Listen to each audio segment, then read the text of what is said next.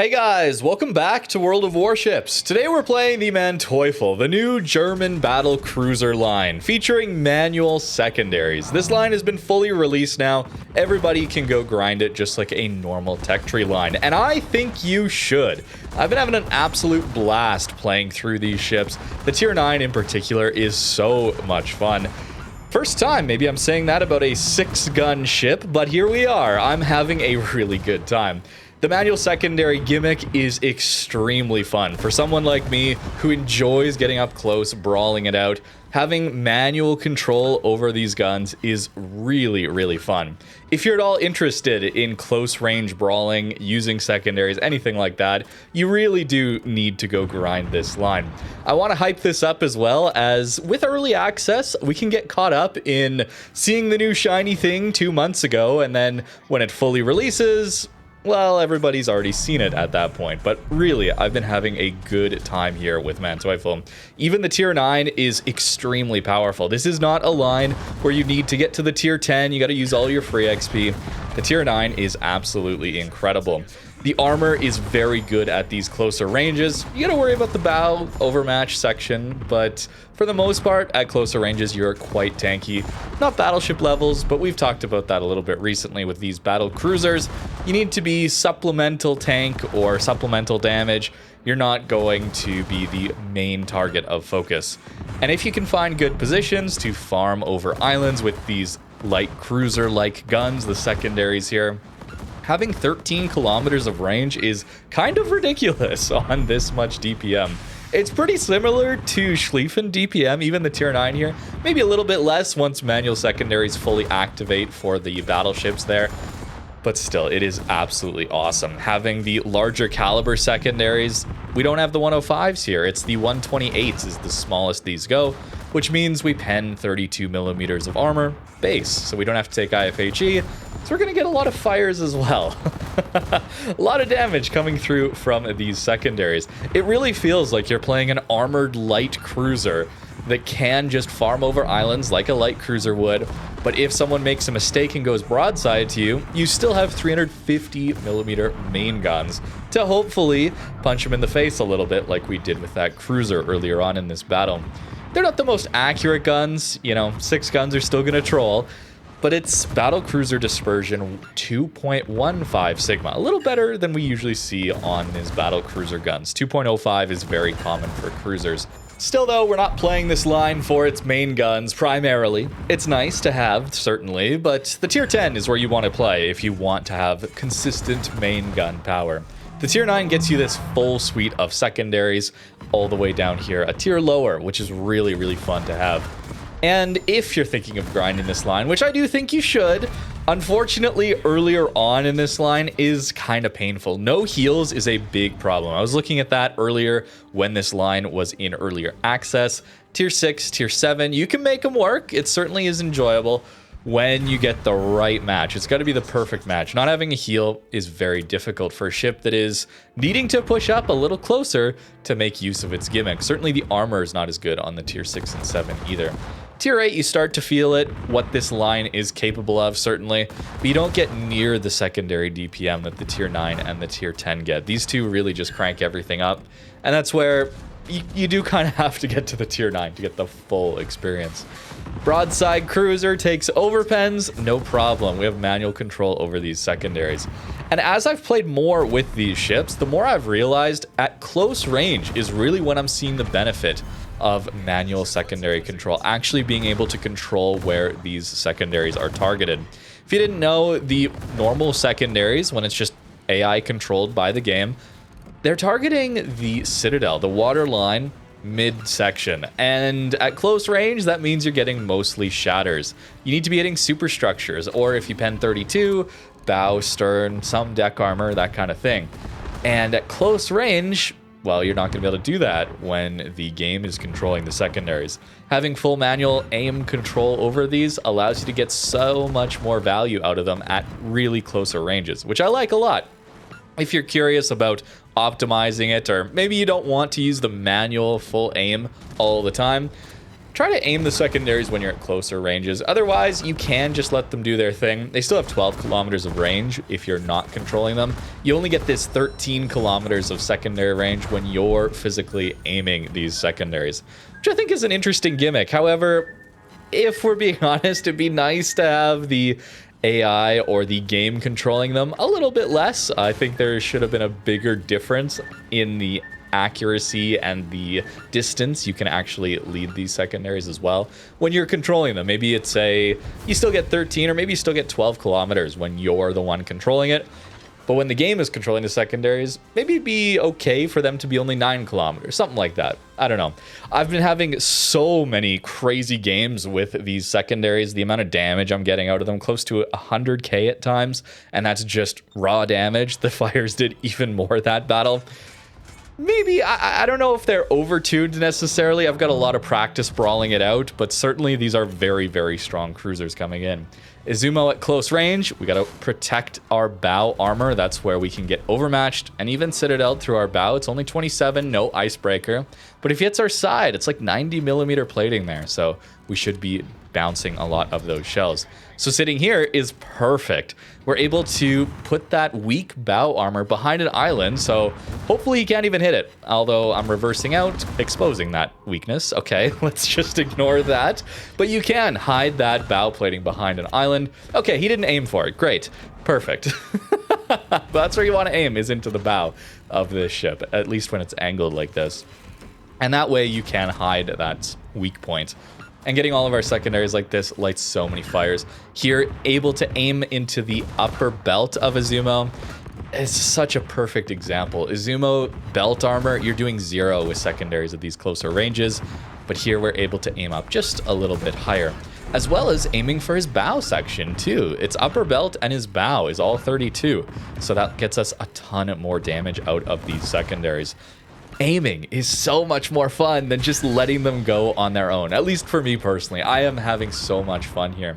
The torpedoes are absolutely excellent here as well. They're going to surprise a lot of people, even as we all know what these ships are capable of now.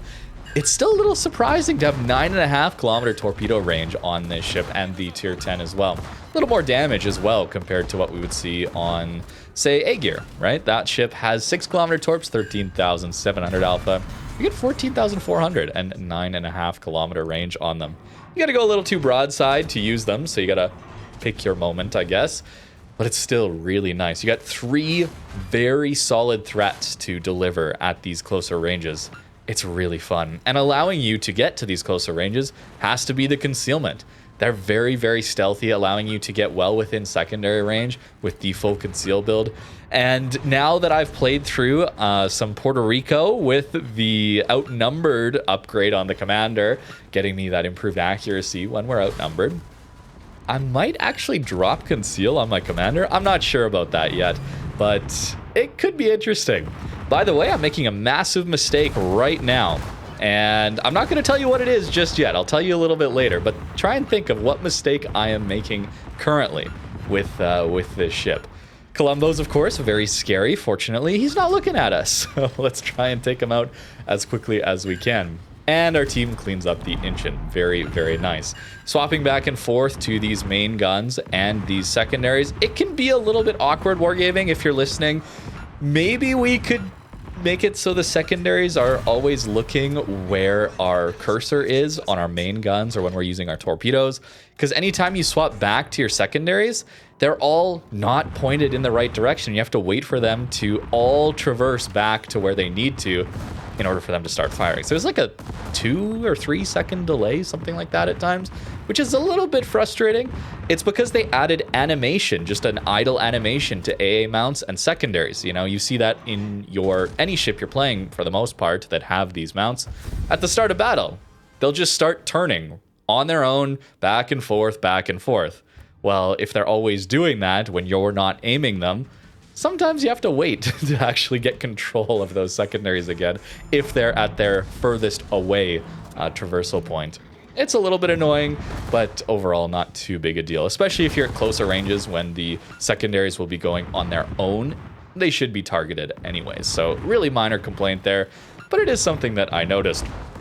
And look at how we can just farm over these islands. If you're used to playing light cruisers, suddenly this opens up so many more potential opportunities to play a little safer when you're on lower HP or maybe earlier game, right? We always talk about that. Anytime you're wanting to have a lot of battle impact in a cruiser, battle cruisers included, you should be saving some of that HP towards the late game. Trying to push too early is a great way to lose your ship, or at least be on so low HP that there's not a whole lot you can do in that later game, where otherwise, if you had some health, maybe you could clutch out a win at times. And having these secondaries to farm over these islands is pretty crazy, I'm not gonna lie. The tier 10 in particular, 13.6 kilometers of range. Even here, 13 kilometers of range is a lot. Something like Colbert, if you're using the crazy John the Ruthless build, which I do from time to time, it's not easy, but that thing gets like 13.8 kilometers of range on it. And with these secondaries, you're getting pretty close to that. It's wild. A lot of the islands in this game allow you to play within that 12 to 15 kilometers when you're sitting on an island from the majority of enemy ships. Right, really to enable a lot of cruiser play. Cruisers, open water, you're gonna have a bad time, so it's good wargaming puts islands like this. But a ship class like this one, which has a ton of armor, maybe not quite battleship armor, but close to it, and the ability to farm over those islands is pretty crazy. You got to get a little creative with your positioning, certainly. You can't just W key in with these. It's not going to go nearly as well as, let's say you're playing Libertad or something like that. At least release Libertad with its crazy acceleration. You could hardly damage that thing ever. It's still very tanky, mind you, and you can't play these like that. And that's good, honestly. These are a little bit more flexible, I would say, and finding island cover like this, finding opportunities to flank, that's where battle cruisers are going to be at their best. And having the ability to use these secondaries to supplement some of the main guns. One of my main complaints, of course, with these battle cruisers is always a little bit inconsistent main guns. And having these secondaries as manually controlled is really nice to gain a lot of consistency. Pushing in, you've got a hydro as well as these fast damage controls. That was really nice damage actually into that NC. Every once in a while, these guns absolutely surprise me. 350 millimeters. They have a lot more pen than I'm used to with, say, 305s like we would find on A-Gear. Speaking of A-Gear, isn't this just like the concept? Do you guys remember when A-Gear was in testing back when they allowed CCs to play test boats before they were finalized? Although I guess sometimes they finalize them after release. So what I mean is, like in the months leading up to the release, sometimes CCs were allowed to play them. A-Gear was a secondary concept before they completely took that away. It's almost like they brought those back now with the gimmick of being able to manually control them.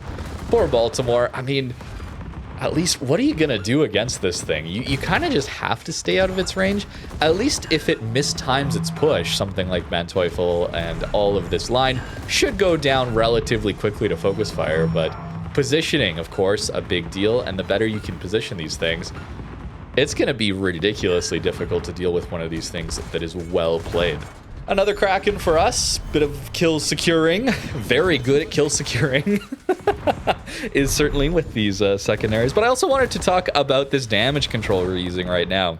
Fast acting damage controls like this, like off of the Schlieffen line, they're so useful for pushing. Something battle cruisers often have a weakness to these days, especially after the split when we moved cruisers to have their own commander skills.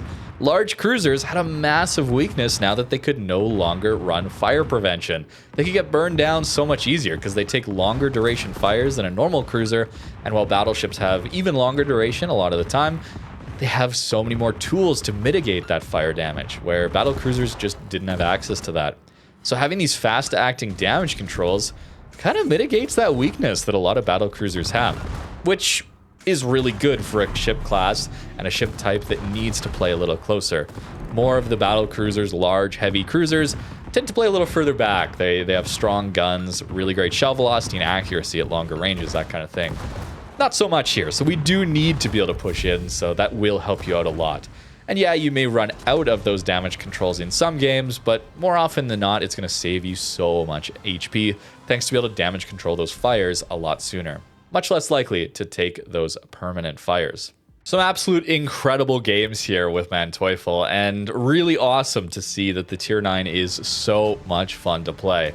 I'm not sure exactly what I want to do with this video other than share some of the awesome fun that I've been having and remind you that there's a lot of hype to be had this update for people that are free to play. You can finally grind these things out. A little bit awkward when it comes to early access here, and a lot of the hype is relegated to people who can spend a couple $100s on early access events, which, by the way, I never would recommend you do. Always wait for these ships to release fully, that 2-month period. Wait, and then you can just grind this line for free. And I'm going to try and do a better job of that, where I'm still going to cover the ships in early access, but I want to get a little reminder out when they finally do release fully, because there is some excitement here, a lot of excitement to be had once we get access to these new lines. And especially with this one, as this new gimmick, this new manual aiming of secondaries is something that I personally have been wanting for such a long time. I never thought they'd actually do it, to be honest with you, and I'm so glad they did. I've been loving playing through this line, especially at the tier 9. I won't lie, I free XP'd my way to the tier 9. I played through the other ones in early access, and I know which ones are my favorites. In fact, I might enjoy the tier 9 more than the tier 10. Simply because it still gets the secondaries, and sometimes you do get a little better matchmaker. As for our upgrades here, I'm going full secondaries. If I'm playing these ships, I'm playing for that manual secondary gimmick, so that's what we're going to do. You can certainly build them for main guns, more of a hybrid build, and they're going to perform absolutely great as well. You'll just get a little bit less value out of the secondaries. You'll have a little worse reload, maybe a little less range, but they'll still be incredible, especially at closer range when you can aim for the weak points on enemy ships, where these will pen 38 on the 150s and 128s get that nice 32 millimeters of pen. Amazing fire chance here as well. You should notice get a lot of fires, much more so than if you're playing IFHE Schlieffen line, for example. HP wise, yeah, it's fine, it's good, but it's hard to fit in Survivability Expert to get that extra. It's quite difficult, and here not playing with Outnumbered, but man, I'm really considering giving up one concealment here for Outnumbered. That could be really fun. Our concealment will still be around 13 or a little bit less, so we would still, when we get spotted, the enemy ship, if they're spotted, the one who's detecting us, would be within our manual secondary range at least, and that sounds pretty good, man. I need to play more with Outnumbered with these battle cruisers. It is really, really fun. I do want to show you the armor, though. I didn't mention it yet either, but 30 millimeter deck armor. A lot of 457s these days, so it is not battleship level armor, but we get 90 here. So if you're good at baiting shots into the side and not so broadside that this just arms every AEP shell in the game and you take massive damage regardless, there's no overpenning this ship, let's just say. When it's broadside, you need to be bouncing from here. It's very, very solid armor. Very little superstructure as well, but this is a pretty massive weak point. The other side of this ship being a little weaker is the firing angles towards the stern. If you're kiting with this one, it's like 36, 38 degrees, somewhere in there, that you have to give to use your front guns backwards. Forwards, though, it's like 27 or something like that to shoot the rear gun and the front guns. Very, very solid firing angles forward. So you're typically playing bow in, which is a little risky. The whole idea behind these ships, the difficulty of playing them, of course, is positioning. But that's pretty much every ship in this game. Positioning is like 95% of the game, and if you get in a good spot, typically you're going to perform rather well. That's going to do it for today's video on the Manteuffel. I'm just so excited to have this line in the game, and it's fully released, so definitely go grind it. Fully recommended from PQ. Thank you very much for watching, and have a great rest of your day.